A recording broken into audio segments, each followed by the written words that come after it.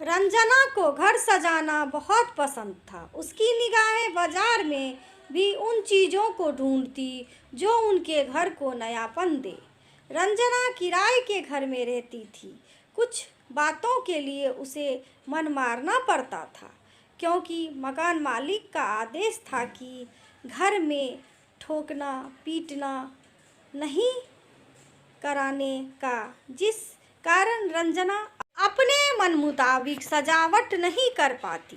रंजना का एक ही सपना था कि छोटा ही सही मगर मेरा अपना घर हो।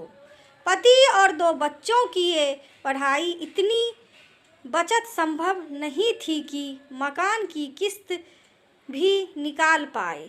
इस कारण रंजना ने भी काम करने का मन बनाया और पति की सहमति से सिलाई का काम करना शुरू कर दिया।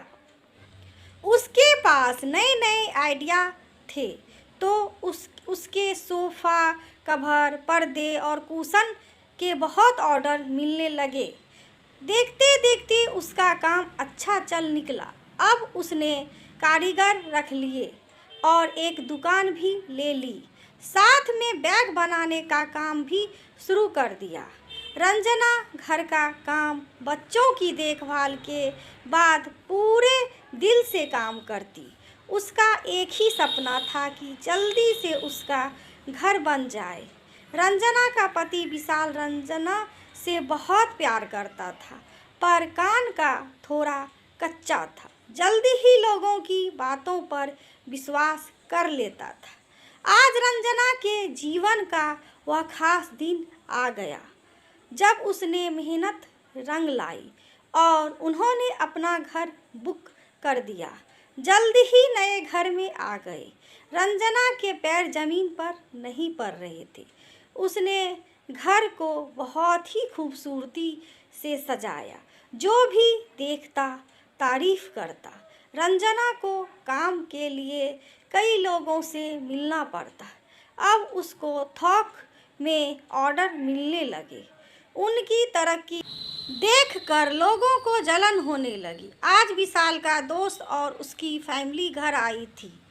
घर देखकर उसने बोल दिया, भाई खुशकिस्मत है जो ऐसी पत्नी मिली जिसकी बदौलत घर बन गया, नहीं तो हम अपनी तनख्वाह में घर ले यही बहुत है।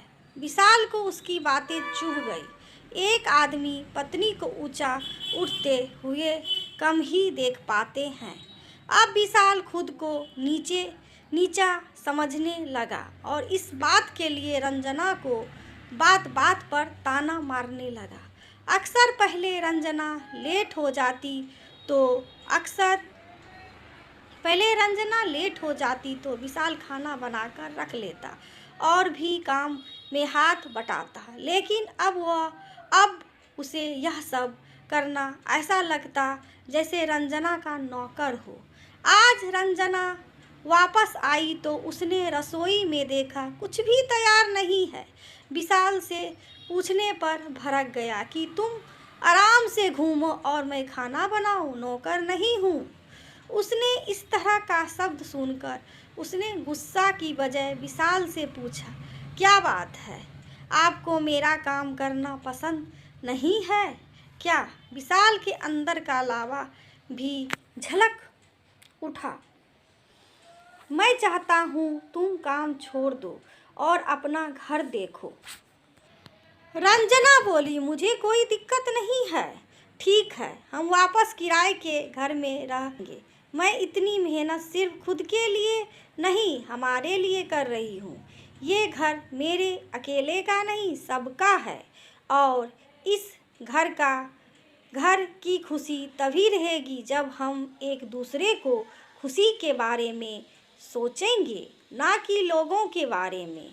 विशाल रात भर सोचता रहा, यह क्या कर रहा था। मैं लोगों की बातों में आकर अपना घर बिखरने चला था। सुबह उठकर चाय नाश्ता बनाकर रंजना के पास जाकर बोला, तुम सही थी, घर एक की खुशी से नहीं सबकी खुशियों से कहलाता है। मुझे माफ़ कर दो। मैं लोगों की बातों में आ गया। रंजना मुस्कुरा दी। ध्यान से देखा तो आज घर की दीवारें भी मुस्कुरा उठी थी कई दिनों बाद। दोस्तों, ये कहानी आप सभी को कैसे लगी? यदि अच्छी लगी हो तो लाइक, सब्सक्राइब और शेयर ज़रूर करिएगा दोस्तों। आप पूरा वीडियो देखिए और सब्सक्राइब करिए दोस्तों। और आप सभी का धन्यवाद वीडियो देखने के लिए दोस्तों। Thank you.